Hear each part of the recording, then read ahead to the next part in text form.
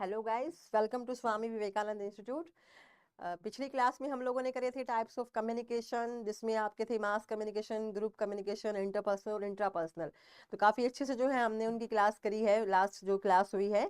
आज हम लोग थोड़ा सा करेंगे इनके एलिमेंट्स ऑफ कम्युनिकेशन, कौन कौन से एलिमेंट्स होते हैं कम्युनिकेशन के लिए, कौन सी चीज़ें जरूरी होती हैं जब आप कम्युनिकेट कर रहे हो किसी पर्सन के साथ में। तो ऐसी कौन सी चीज़ें होती हैं जो बहुत ही ज़्यादा इम्पोर्टेंट है, जो चाहिए होती है कि हाँ हमारा कम्युनिकेशन जो वो स्मूथ तरीके से चले। कौन सी एलिमेंट्स हैं, कंपोनेंट्स हैं, आज तो हम थोड़ा सा वो करेंगे। और कुछ 7 सीज होते हैं कम्युनिकेशन की। 7 सीज से बहुत बार क्वेश्चन आ जाते हैं कि जो 7 के 7 सी हैं वो आपको पता होना चाहिए कि वो क्या हो। हर एक सी का जो है कुछ ना कुछ मीनिंग होता है जो कम्युनिकेशन के अंदर छुपा हुआ होता है, कम्युनिकेशन के लिए बहुत जरूरी होता है। तो कुछ एलिमेंट्स करेंगे और उसके बाद हम लोग करेंगे कुछ बैरियर्स ऑफ कम्युनिकेशन। कुछ बैरियर्स होते हैं कम्युनिकेशन की वजह से, मतलब कुछ कम्युनिकेशन के अंदर कुछ चीज़ें ऐसी होती हैं जिसकी वजह से ना वो अच्छे से स्मूथ तरीके से नहीं चल पाता है। तो वो कौन सी चीज़ें हैं ऐसी, कौन सी ऑब्स्टेकल्स आती हैं कि आप सामने वाले तक अपना मैसेज प्रॉपर तरीके से नहीं पहुंचा पाते हो। तो जो भी चीज़ें हैं वो हम सब आज करेंगे इसके अंदर। तो सबसे पहले चलिए करते हैं कंपोनेंट्स या फिर एलिमेंट्स ऑफ कम्युनिकेशन। इसमें सबसे पहले आपके पास आता है सेंडर। ठीक है ना, जब भी आप मैसेज को पहुंचाना चाहते हो तो आपके पास क्या है,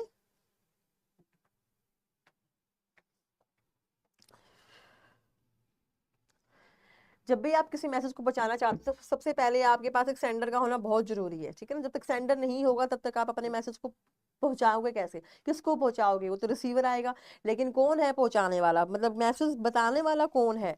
तो एलिमेंट्स ऑफ कम्युनिकेशन के अंदर सबसे पहले एक सेंडर का होना बहुत जरूरी है, जो मैसेज को सेंड करता है, जो मैसेज को पहुंचाता है अपनी पब्लिक तक। मास कम्युनिकेशन जो भी है, मतलब जिस तक वो मैसेज को डिलीवर करना चाहता है, उसके लिए सबसे पहले आपके पास एक सेंडर का होना बहुत जरूरी होता है। फिर आता है सेंडर के बाद आप उस मैसेज को जो भी है, मतलब इनकोडिंग, आपने उसको कुछ बना रखा है, जो भी मैसेज है उसको इनकोड आप करते हो मैसेज को, और मैसेज फिर आप भेजते हो। ठीक है, जो उसको रिकॉर्ड कर लेता है, कौन रिकॉर्ड करता है? After message recording, receiver. जो रिसीवर होता है ना, उसके पास ये डिकोड होके जाता है। तो इनकोडिंग जो होता है एक तरीके से सेंडिंग का प्रोसेस होता है, और डिकोडिंग होता है रिसीविंग वाला। और बीच में आपका जो फीडबैक है और ये नॉइज है। अब ये ना कुछ मॉडल्स ऑफ कम्युनिकेशन करेंगे, उसमें ये काफ़ी इंपॉर्टेंट है कि फीडबैक जो होता है कौन से मॉडल में जो है वो फीडबैक आता है, किस में जो है नॉइज का कॉन्सेप्ट आया है। तो वो सब तो हम मॉडल्स के अंदर करेंगे, लेकिन एलिमेंट्स हैं ये आपको ध्यान रखने हैं कि 4-5 एलिमेंट्स हैं। सेंडर, मैसेज, रिसीवर, 3 तो ये आपके हो गए हैं। इनकोडिंग डिकोडिंग जो होता है ये आपको पता है इनके कौन क्या करता है, इसका भी हमने किया है। फीडबैक और नॉइज, अब ये किसी किसी में होता है, किसी किसी में नहीं होता है। अब देखो कुछ मैसेज ऐसे होते हैं, कुछ कम्युनिकेशन ऐसे होते हैं कि हमने सामने वाले तक तो अपनी बात पहुंचा दी, लेकिन ये पता ही नहीं कि सामने वाला हमारी बातों को लेकर रिस्पॉन्स करेगा कि नहीं करेगा, तो वो तो फीडबैक नहीं हुआ ना। नॉइज ऐसा होता है, कई कई बार नॉइज होता है, कई बार फिल्टर होती है नॉइज जो है वो नहीं होता है, शोर शराबा नहीं होता है कम्युनिकेशन के अंदर। तो सब एलिमेंट्स आपके आते हैं इसके। ओके, चलिए नेक्स्ट है फिर आपके 7 सीज ऑफ कम्युनिकेशन। वो तो थे एलिमेंट्स, उसके बाद आपके आते हैं कुछ सीज हैं। 7 सीज ऑफ कम्युनिकेशन, ये 7 सीज हैं आपके सामने, यू कैन सी। ठीक है, ये जो 7 के 7 सी हैं, बहुत बार पेपर के अंदर पूछा गया है, इनसे क्वेश्चन आता है बहुत बार, तो आपको थोड़ा सा पता होना चाहिए इनके बारे में कि जो 7 सीज है। सबसे पहला जो आपका है वो आपका आता है कंसाइजनेस, कि जो मैसेज है ना, यू कैन सी, ये आपका है, एक फ्लो चार्ट बना रखा है इन्होंने। ठीक है ना,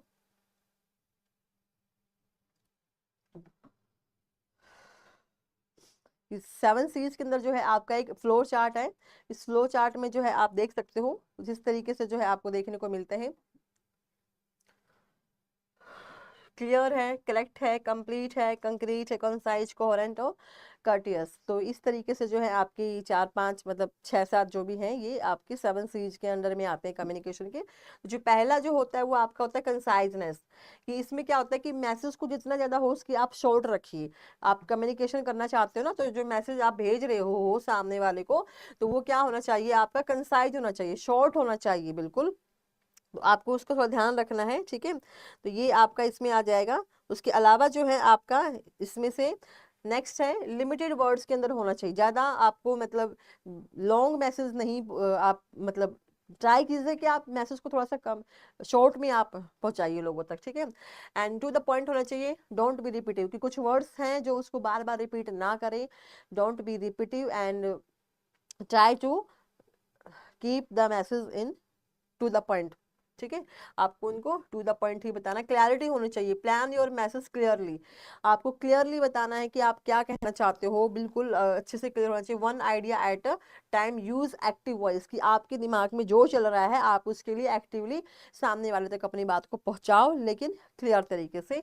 कर्टेसी होनी चाहिए, थोड़ा सा फ्रेंडली हो, चीज़ों को आपको थोड़ा सा मतलब कंसिडरेट करना आना चाहिए। Avoid negativity and thank your audience, ठीक है ना, आपको मतलब थोड़ा सा कर्टेसी होना चाहिए, विनम्रता थोड़ी सी होनी चाहिए कि आपको अपने ऑडियंस को किस तरीके से आप जो है डील कर रहे हो, तो उसके लिए आपको उनको थैंक यू और ये चीज़ें आपके अंदर होनी चाहिए। कुछ ऐसे एटिकेट्स जो हैं, कंसिडरेशन है कि show interest in the audience, empathise, कि जो ऑडियंस को आप जिसको एड्रेस कर रहे हो ना, उनकी चीज़ों को आप कंसिडर कीजिए कि वो क्या कहना चाहती हैं, क्या फीडबैक दे रहे हैं, क्या रिस्पॉन्स दे रहे हैं, आप उनको कंसिडर कीजिए। फिर आप उसके बाद अपना कम्युनिकेशन जो आप अपना मैसेज डिलीवर करना चाहते हो वो आप उनके साथ में कीजिए, ठीक है।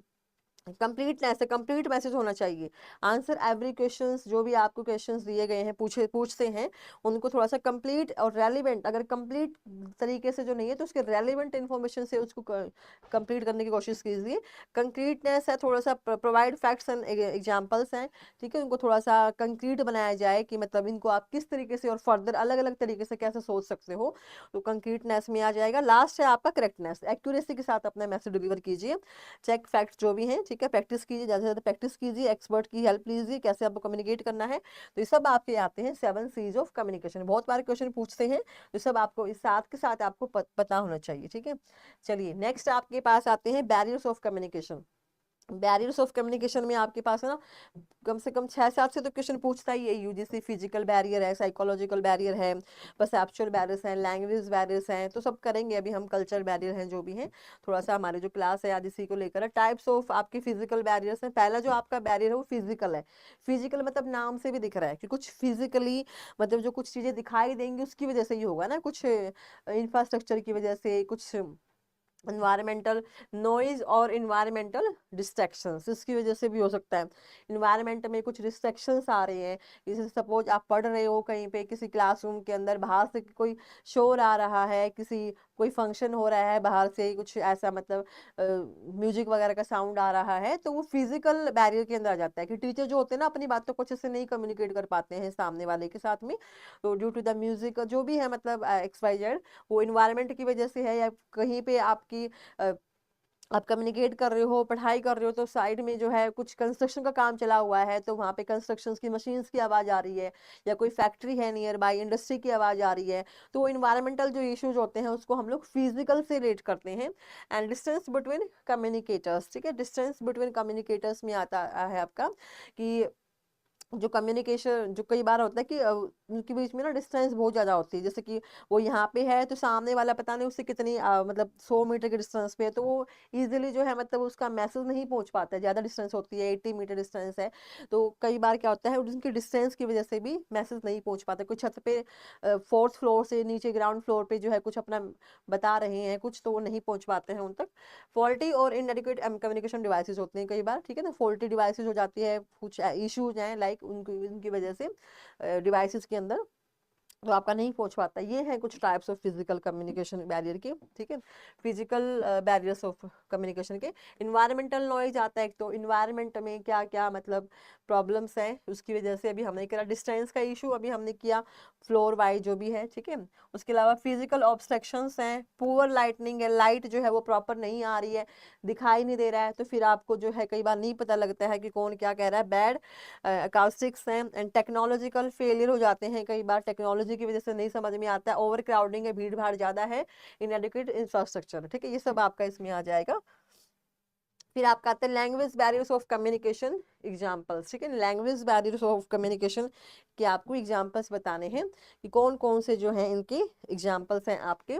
एक्सेंट एंड प्रोनाउंसिएशन, ठीक है ना, कि कई बार क्या होता है लैंग्वेज बैरियर्स के अंदर, ये आपका पिछले वाले स्लाइड में थोड़ा अच्छे से बता रखा है, ये है आपकी, ठीक है ना, लैंग्वेज बैरियर्स के अंदर क्या होता है टेक्निकल टर्म्स आपकी एक होती है, वैसे तो डिफरेंट लैंग्वेज होती हैं अलग अलग, इंडिया के अंदर बहुत सारी लैंग्वेज बोली जाती हैं, तो कई बार क्या होता है कि सामने वाला किसी अलग लैंग्वेज में बात कर रहा है, इवन हिंदी इंग्लिश का ही लेके चलिएगा कि बहुत सारे लोग ऐसे जिनको इंग्लिश नहीं आती है, तो वो इंग्लिश में कम्युनिकेट कर रहे हैं, तो सेंडर जो है अपना मैसेज इंग्लिश में भेज रहा है लेकिन रिसीवर उसको समझ ही नहीं पा रहा है, तो इशू बन गया उसके लिए। ऐसे साउथ की तरफ जाओगे तो वहाँ की लैंग्वेज हमसे डिफरेंट होती हैं बिल्कुल, तो वो जो लैंग्वेजेस होती हैं वो बिल्कुल अलग अलग हैं, तो वहाँ से जो है वो आपका डिफरेंट लैंग्वेज का इशू होता है, कल्चरल लैंग्वेज बैरियर्स जिसको हम बोलते हैं।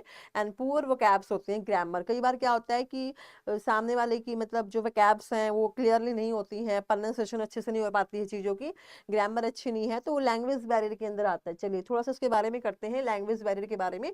एक प्रोनाउंसिएशन का इशू होता है, कई बार आप प्रोनाउंस नहीं कर पाते हो अच्छे से, वो आपका जाता है, ठीक है ना। कुछ एक्सेंट्स होते हैं, किसी का कुछ होता है, कोई किसी तरीके से बोलता है, समझ में नहीं आता है आपका।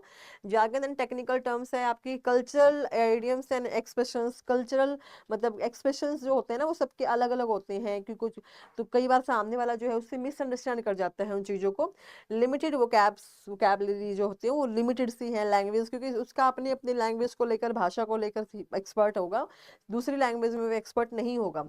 Language complexity and fluency level, language के अंदर कई बार क्या होता है कि जिसकी जो भी कल्चरल लैंग्वेज है, जो भी रिलीजन वगैरह से रिलेटेड उनकी जो लैंग्वेज होती है, स्टेट लैंग्वेज है जो भी, उसमें क्या होता है कि वो अपनी मदर टंग में तो एक्सपर्ट होते हैं, लेकिन कई बार वो फ्लेक्सिबिलिटी नहीं आ पाती है चीज़ों को लेकर, ठीक है ना, और फ्लुएंसी नहीं होती है चीज़ों में।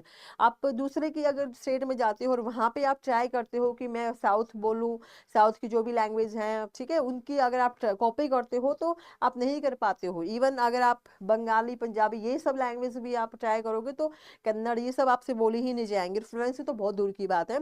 तो फ्लुएंसी लेवल जो होता है उसकी वजह से लैंग्वेज मतलब नहीं समझ पाते हैं हम सामने वाले की बातों को। राइटिंग सिस्टम्स एंड स्क्रिप्ट्स है, ठीक है, ये आपका हो जाएगा, लिमिटेड वोकैब से दोबारा से आपका आ गया है, तो लैंग्वेज के इशू है। उसके बाद फिर आपके आते हैं साइकोलॉजिकल बैरियर्स होते हैं कुछ, स्ट्रेस और एंजाइटी। साइकोलॉजिकल मतलब किसी पर्सन के माइंड या फिर मेंटली सिचुएशन से रिलेटेड जो होंगे, तो वो आपका है कि कोई स्ट्रेस में है, कोई डिप्रेशन में है, कोई मेंटली जो है चीज़ों को लेकर इतना पॉजिटिव नहीं सोच रहा है, तो वो पॉजिटिव साइकोलॉजिकल बैरियर के अंदर आ जाता है कि हम अपनी बात को सामने वाले तक पहुंचा नहीं पाते हैं, due to the anxiety, due to depression, हम स्ट्रेस में हैं, तो हम सामने वाले को कैसे हम अपना मैसेज पहुंचाएंगे। तो कुछ ना कुछ चीज़ें ऐसी होती हैं जो गड़बड़ हो जाती हैं, तो वो स्ट्रेस होता है आपका ही साइकोलॉजिकली। प्री जडिसिस और स्टीरियोटाइप्स, कुछ पहले से ही कुछ प्री मतलब पूर्व धारणाएं होती हैं, स्टीरियोटाइप्स मतलब कुछ पहले से ही लेकर इन चीज़ों को लेकर हम देखिए पुरुष प्रधान समाज है कि लड़कियों को इतना ये नहीं करना, वो नहीं करना, ये साइकोलॉजिकल मतलब एक सोच है, वो स्टीरियोटाइप सोच होते हैं लोगों की, ठीक है ना। तो उसकी वजह से जो है वो अगर कोई कुछ कहता है ऐसा कि फीमेल जो है उन्होंने हर फिल्म में टॉप किया है ऐसे, तो उनके लिए कई बार वो चीज़ें डाइजेस्ट नहीं हो पाती हैं। फिर साइकोलॉजिकली क्या सोचते हैं कि नहीं, हमेशा मैन ही हर चीज़ में परफेक्ट रहे हैं, तो वो एक स्टीरियोटाइप थिंकिंग है उनके कि वुमेन्स जो है वो ऊपर नहीं जा सकते हैं लाइफ में। लेक ऑफ ट्रस्ट होता है, इमोशनल डिस्कम्फर्ट होता है थोड़ा सा, कि लेक ऑफ ट्रस्ट मतलब साइकोलॉजिकल के अंदर आ जाता है, इमोशनल डिस्कनेक्ट होते हैं आपके, ठीक है। तो ये है आपके, नेक्स्ट है आपके कल्चरल बैरियर। कल्चरल बैरियर्स जो होते हैं उसमें आपके देखने को मिलते हैं, जस्ट सेकंड, हाँ ये है आपका, ठीक है। कल्चर बैरियर के अंदर डिफरेंस इन कस्टम, बिलीव्स और वैल्यूज। अब हमने लैंग्वेज की बात करी, ऐसे ही बहुत सारे कल्चर भी हैं इंडिया के अंदर, आपको पता ही है सबकी, इंडिया की क्या एक हर एक स्टेट में बहुत सारे डिफरेंट डिफरेंट कल्चर्स देखने को मिल जाते हैं। कोई बंगाली है तो कोई सिख है, कोई पंजाबी है, कोई ईसाई है, हिंदू है, मुसलमान है, ये सब मुस्लिम है, ठीक है, ये सब देखने को मिलते हैं। तो उनके सबके अपने अलग पहनावा है, अलग उनके कुछ रिचुअल्स हैं, कहीं पे जो भी है मतलब बिलीव्स होते हैं, ठीक है, और वैल्यूज हैं। तो कल्चरल बैरियर जो है वो बहुत बड़ा इशू होता है, कई बार कम्युनिकेशन नहीं कर पाते क्योंकि सामने वाला नहीं समझ पाता। अब हमें नहीं पता दूसरे लोगों के रिलीजन में क्या क्या चीज़ें मनाई जाती हैं, कैसे फेस्टिवल सेलिब्रेट करते हैं, किस तरीके से वो अपने उनकी स्कूलिंग एजुकेशन है जो भी है वो चलती है। वेरिएशन इन कम्युनिकेशन स्टाइल्स होते हैं, डायरेक्ट और इनडायरेक्ट दोनों तरीके से। And misunderstanding of non verbal use, ठीक है, ये आपका आ जाएगा कल्चर के अंदर। फिर आपका आता है organisational barrier, complex hierarchical structure, ये आपका है। इसमें lack of clear communication policies है, लैक ऑफ क्लियर कम्युनिकेशन मतलब इसके अंदर क्या होता है, ये जो है आपका, एक सेकेंड, ऑर्गेनाइजेशन से पहले हम थोड़ा सा इसको डिटेल में कर लेते हैं, कल्चर से आपको अच्छे से क्लियर हो जाएंगे। You can C social custom and norms है, हर एक पर्सन के अपने कुछ कुछ नॉर्म्स होते हैं, कल्चर टैबूज हैं, कुछ सेंसिटिविटी है उनको लेकर, कुछ वैल्यूज और बिलीव्स हैं आपके, ठीक है। कल्चर रेफरेंसेज एंड ह्यूमर्स है, हर एक पर्सन का जो है ना अपने अपने कल्चर को लेकर एक अलग अलग रेफरेंस रखते हैं, उनका एक धर्म है अपना, उनकी कुछ स्पिरिचुअल रीति रिवाज होती हैं, उसकी वजह से प्रॉब्लम्स होती है, कई बार पावर डिस्टेंस होती है एंड स्टीरियोटाइप एंड प्रीकंसेप्शंस है आपकी, ठीक है, ये है। उसके बाद हम करते हैं अभी organisational barrier. You can see ये आपके होता है हियरार्किकल स्ट्रक्चर की वजह से हो जाता है कई बार, लैक ऑफ क्लियर कम्युनिकेशन है, इन्फॉर्मेशन ओवरलोड ऑफ फिल्टरिंग की वजह से, ठीक है, फिल्टरिंग की वजह से कई बार हम चीज़ों को जो है ना, जो हम पहुंचाना चाहते हैं उन्हीं को हम फिल्टर कर देते हैं, रेक्टिफाई करते हुए, तो नहीं पहुंच पाती हैं आपकी। ये आपका है, ठीक है, सीलो मेंटेलिटी है आपकी, एंड रेजिस्टेंस टू चेंज है, ऑर्गेनाइजेशनल पॉलिटिक्स आपकी होती है कई बार ऐसी, बहुत ज़्यादा और पॉलिटिक्स होती है ऑर्गेनाइजेशंस के अंदर, जिसकी वजह से कम्युनिकेशन का बैरियर बन जाता है। लैक ऑफ फीडबैक होता है, एंड आउटडेटेड टेक्नोलॉजी सिस्टम की वजह से जो है वो कम्युनिकेट नहीं कर पाते इतने अच्छे से, क्योंकि वहाँ पे जो मतलब कम्युनिकेट करने के लिए जो टेक्नोलॉजी जो सिस्टम बना हुआ है ना, वो इतना मतलब ओल्ड है कि थोड़ा सा आउटडेटेड है। अब तो आपको पता है आजकल तो एआई तक आ चुका है, आर्टिफिशियल इंटेलिजेंस की वजह से जो है आजकल बहुत सारी जॉब खतरे में भी है। तो वो क्या है, कम्युनिकेशन अगर आप करना चाहते हो तो आप उसको अपडेट रखना पड़ेगा। तो कई बार ऑर्गेनाइजेशन के अंदर वो चीज़ें नहीं होती हैं, वो फैसिलिटी नहीं होती हैं कि लाइक वाईफाई नहीं है, नेटवर्क नहीं है, पीसी वगैरह नहीं है, तो कुछ भी नहीं है ऐसा, तो इसकी वजह से क्या होता है कई बार वो सिस्टम ही नहीं है उनके पास में, जो बोर्ड्स हैं, स्मार्ट बोर्ड्स हैं, एडू सेट्स हैं, जो भी मैसेज को पहुंचाना चाहते हैं वो ही नहीं पहुंच पा रहे हैं उन तक। तो उसके लिए आपका जो है ये ऑर्गेनाइजेशनल बैरियर टेक्नोलॉजी की वजह से काफ़ी देखने को मिलता है। उसके बाद जो है फिर आपका लास्ट है परसेप्चुअल बैरियर। परसेप्चुअल बैरियर्स के अंदर क्या होता है कि आप जो है चीज़ों को लेकर ना कुछ अलग अलग धारणाएं रखते हो, व्यू पॉइंट्स आपके होते हैं और इंटरप्रिटेशंस, ठीक है, आपके सेलेक्टिव परसेप्शंस होते हैं, एजम्पशंस और बाइसेस, कि आप ना चीज़ों को ना एज इट इज एक्सेप्ट नहीं करते हो। आप कहते हो कि मेरे पर्सपेक्टिव से तो ये चीज़ ऐसी होनी चाहिए थी, लेकिन आप बोल रहे हो तो चलो ठीक है हम मान लेते हैं, बट वो कम्युनिकेशन के लिए एक बैरियर बन सकता है कि वो कई बार लोग उसके साथ एग्री नहीं होते हैं कि हमारे रिचुअल्स हैं, हमारी जो चीज़ें हैं वो हमें इस तरीके से अलाउ नहीं करती हैं। डिफरेंट व्यू पॉइंट्स होते हैं, हर एक इंसान का एक अलग अलग व्यू पॉइंट होता है चीज़ों को लेकर सोचने का, एंड इंटरप्रिटेशन कुछ ना कुछ उसमें इंटरप्रेट भी कर सकते हैं उन चीज़ों के लिए। तो वो आपका इसमें आ जाएगा। एग्जाम्पल्स ऑफ परसेप्चुअल डिफरेंसेस हैं, पर्सनल स्पेस, ठीक है, क्योंकि हर एक इंसान जो होता है वो मतलब इतना कंफर्ट फील नहीं करता है कई बार, कुछ इंट्रोवर्ट्स होते हैं, कुछ एक्सट्रोवर्ट्स होते हैं, हर तरह का इंसान देखने को मिलता है। तो जो इंट्रोवर्ट्स होते हैं वो क्या होते हैं कि वो चीज़ों को सिर्फ अपने तक ही रखना पसंद करते हैं, बहुत ही कंजर्वेटिव सा, रिजर्वेटिव सा नेचर होता है उनका, और वो क्या करते हैं चीज़ों को लेकर ना बहुत रिजर्व रहते हैं, बहुत सेफ रहते हैं कि हमें जो है हम यहीं तक लिमिटेड हैं, वो चीज़ों को लेकर इतना नहीं सोचते हैं, क्योंकि उनको मतलब उनका जोन ही बहुत लिमिटेड सा होता है। तो पर्सनल स्पेस जो होता है वो आपका परसेप्चुअल बैरियर, किसी ने अपने लिए एक धारणा ही ऐसी बना रखी है कि मेरे को सिर्फ इस जोन तक की ही बातें मेरे को मतलब आनी चाहिए, या फिर मैं दूसरों की बातें सुनूंगा ही नहीं, क्योंकि वो उन पे बिलीव ही नहीं करता है। उसका जो नेचर एक ऐसा इंट्रोवर्ट है। एक आपका आता है एक्सट्रोवर्ट। एक्सट्रोवर्ट क्या होता है, जो सबकी बातों को सुनता है, मतलब सबसे वो इंटरेक्ट भी कर लेता है, उसको इतना हेजिटेशन फील नहीं होता है लाइक इंट्रोवर्ट। वो काफ़ी जो होता है थोड़ा सा डाइवर्स थिंकिंग का होता है, वो जो कन्वर्ज नहीं होता है, उसकी थिंकिंग काफ़ी क्रिएटिव होती है और काफ़ी चीज़ों को अच्छे से वो सोचता है, समझता है, रिस्पॉन्स भी करता है इवन। तो पर्सनल स्पेस का जो है वो एक्सट्रोवर्ट में इशू नहीं होता, लेकिन इंट्रोवर्ट जो पर्सन होते हैं वो कहीं ना कहीं परसेप्चुअल बैरियर्स के अंदर जो है वो चीज़ें देखने को मिलती हैं इसके अंदर। एटीट्यूड्स हैं टुवर्ड्स अथॉरिटी। अब कुछ पर्सन है, अब देखो किसी ने उसको कुछ बोल दिया है, तो क्या कई बार क्या होता है कि उसकी ना मतलब एटीट्यूड ही पता नहीं वो कैसा डेवलप कर रखते हैं, पॉजिटिव है नेगेटिव है, सामने वाले ने मुझे ये बोला, तो कई बार वो उसको ना मिसलीड कर जाता है कि भाई इसने मुझे ऐसा क्यों बोला। अब हायर अथॉरिटी है, कुछ ऑर्डर दे दिया उनको या कुछ किसी चीज़ को लेकर उनको डांट लगा दी है, कुछ पनिश ऐसे कर दिया है, तो उनको फील होता है वो चीज़ों को लेकर। तो वो क्या है, उनकी अपनी एक परसेप्शंस है, उनकी अपनी एक थॉट है, अपना एक एटीट्यूड है, किसके लिए, उस अथॉरिटी पर्सन के लिए। जो भी अथॉरिटी पर्सन उनको एक्स वाई जेड जो भी है उनको कुछ ऑर्डर्स दे रहा है या कुछ बातें उनके साथ शेयर कर रहा है, तो उसको लेकर उनका एटीट्यूड डिपेंड करता है कि वो सामने वाले की बातों को वो किस तरीके से फॉलो करेगा, ठीक है। वो सब आपके इसके अंदर आ जाएंगे। फिर आपके आते हैं डायरेक्टनेस इन कम्युनिकेशन, कि कई बार क्या होता है कि चीज़ों को जो होता है ना वो बिल्कुल डायरेक्ट नहीं पहुंच पाती हैं, कुछ ना कुछ उसके अंदर रह ही जाती हैं लिमिटेड सी चीज़ों में। तो हाई मतलब कुछ कमियां रह जाती हैं। हाई कंटेक्स्ट वर्सेस लो कंटेक्स्ट कम्युनिकेशन।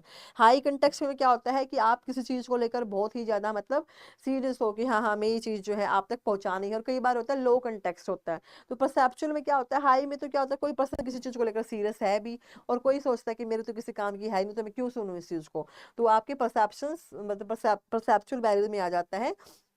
कि वैल्यू कितना कर रहे हैं, कोई सामने वाले की बात को कितना वैल्यू कर रहा है, और कोई लो लेवल पे है तो वो कितना मतलब उस चीज को इग्नोर ही करेगा कि मेरे तो किसी काम की नहीं है ना ये चीज, तो मैं क्यों इसको सुनूं, लो कंटेक्स्ट है इसका, ठीक है, तो उस चीज को वो सीरियस ही नहीं लेता है। और जबकि कुछ चीजें ऐसी होती हैं जो किसी पर्सन के लिए बहुत अच्छी है, कि उसको पता है कि मेरे को लाइफ में आगे आगे ग्रो करना है, तो मेरे लिए बहुत प्रोडक्टिव हो सकती हैं वो चीजें, तो वो उसकी अपना एक एटीट्यूड है, अपनी एक थिंकिंग है उस चीज को लेकर। लास्ट आपका आता है कुछ परसेप्शंस आपके होते हैं कॉन्फ्लिक्ट्स के अंदर, परसेप्शंस ऑफ कन्फ्लिक्ट, ठीक है। कन्फ्लिक्ट क्या होता है, कुछ कॉन्ट्राडिक्शंस होते हैं। कॉन्ट्राडिक्शंस पता ही है आपको कि एग्री ना होना, विरोधी एक तरीके से, कि मैं उस चीज़ के लिए एग्री नहीं हूँ। तो कन्फ्लिक्ट्स भी क्या होते हैं कि कुछ इश्यूज होते हैं मेरे, कि मतलब मैं नहीं इन चीज़ों को एक्सेप्ट कर सकता हूँ, कुछ उनके बिलीव हैं, कुछ उनकी चीज़ें हैं। अब जैसे धार्मिक चीज़ों को लेकर माना जाए तो अब हर एक जो है वो मंदिर नहीं पूजता है, हर एक जो है वो जामा मस्जिद नहीं जाता है, और सब कोई चर्च में भी नहीं जाते हैं, क्योंकि सबके अपने अपने परसेप्शंस हैं, सबके अपने अपने बिलीव्स हैं, ठीक है। तो वो क्या है, कन्फ्लिक्ट्स हैं, कि मैं उनकी कई बार ऐसी चीजें देखने को भी मिलती हैं कि आपके जो है मतलब अभी रिसेंट में भी जो चलाए हुए हैं आजकल जम्मू में, जो कश्मीर में जो अभी हुआ है मॉक ड्रिल के बाद जो भी हुआ है, तो परसेप्शन ही है सबके, मतलब अपने अपने चीज़ों को लेकर कन्फ्लिक्ट्स हैं। कोई कह रहा है कि नहीं हमारे साथ गलत हुआ है, कुछ कह रहे हैं कि जो भी हुआ है वो बहुत अच्छा हुआ वहाँ पे, ठीक है। तो क्या है, सबकी अपनी अपनी अवधारणाएं हैं। कुछ कन्फ्लिक्ट्स अराइज होते हैं जब दो जने तीन जने आपस में कम्युनिकेट कर रहे हैं, तो ऐसा जरूरी नहीं है कि हर एक पर्सन जो है उसके लिए एग्री करेगा, दिस इज नॉट मैंडेटरी, कि कुछ कन्फ्लिक्ट्स भी अराइज हो सकते हैं, कुछ ऐसे विरोधी चीजें भी आती हैं जिनको हमें मानना पड़ता है। तो ये आपके सारे परसेप्चुअल बैरियर्स के अंदर देखने को मिलते हैं आपको मेनली, ठीक है। तो चलिए ये थे आपके सारे बैरियर्स ऑफ कम्युनिकेशन। बहुत बार इनसे भी क्वेश्चन पूछा जाता है। अब आपको जो नेक्स्ट क्लास होगी उसमें सिर्फ आपके दो ही टॉपिक बचे हैं, क्लासरूम कम्युनिकेशन और models of communication. Classroom communication के अंदर आपके यहाँ इफेक्टिव क्लासरूम से बहुत बार क्वेश्चन देखने को मिलते हैं, और एक आपका आता है मॉडल्स ऑफ कम्युनिकेशन से, जो तीन टाइप के मॉडल होते हैं ना, तीनों को हम लोग करेंगे नेक्स्ट क्लास में। चलिए मिलते हैं नेक्स्ट क्लास में, थैंक यू सो मच।